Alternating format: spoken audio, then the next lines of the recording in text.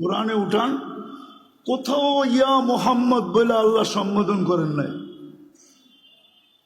সদা সর্বদা আল্লাহ কোনো না কোনো অন্য ধরনের শব্দ দিয়া, কখনো মুজাম্মেল, কখনো মুদ্দাসসির, কখনো ইয়াসিন, কখনো তহা, এক এক নামে, কখনো রসুল্লাহ, কখনো আব্দুল্লাহ, এক একভাবে আল্লাহ সম্বোধন করছেন।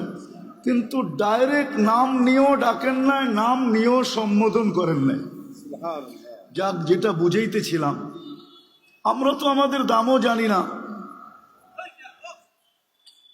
তো আজকে এই উম্মতের এই দুরবস্থা কেন? সারা দুনিয়া যদি পর্যালোচনা করি, তো উম্মতে মুহাম্মদের এই দুরবস্থা কেন আজকে? আমি একটা উদাহরণ দিই। আমি চিল্লানে বিশ্বাসী না, রাগ হয়েন না, পায়ে হাত রাখি। আমি তো যুক্তি তর্কতে বিশ্বাসী, বাস্তবে বিশ্বাসী। আমাদের যদি দুরবস্থা না হইতো, গত অক্টোবর থেকে নিয়ে এই অক্টোবর পর্যন্ত 2টা জাতিসংঘের বাৎসরিক সম্মেলন হইল, ঠিক না? গত অক্টোবরে একটা, এই অক্টোবরে একটা, ঠিক না? সত্য তো? গত অক্টোবর